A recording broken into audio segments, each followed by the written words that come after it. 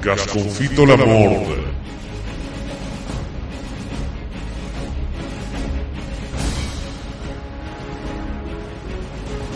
Nuove sfide che incombi.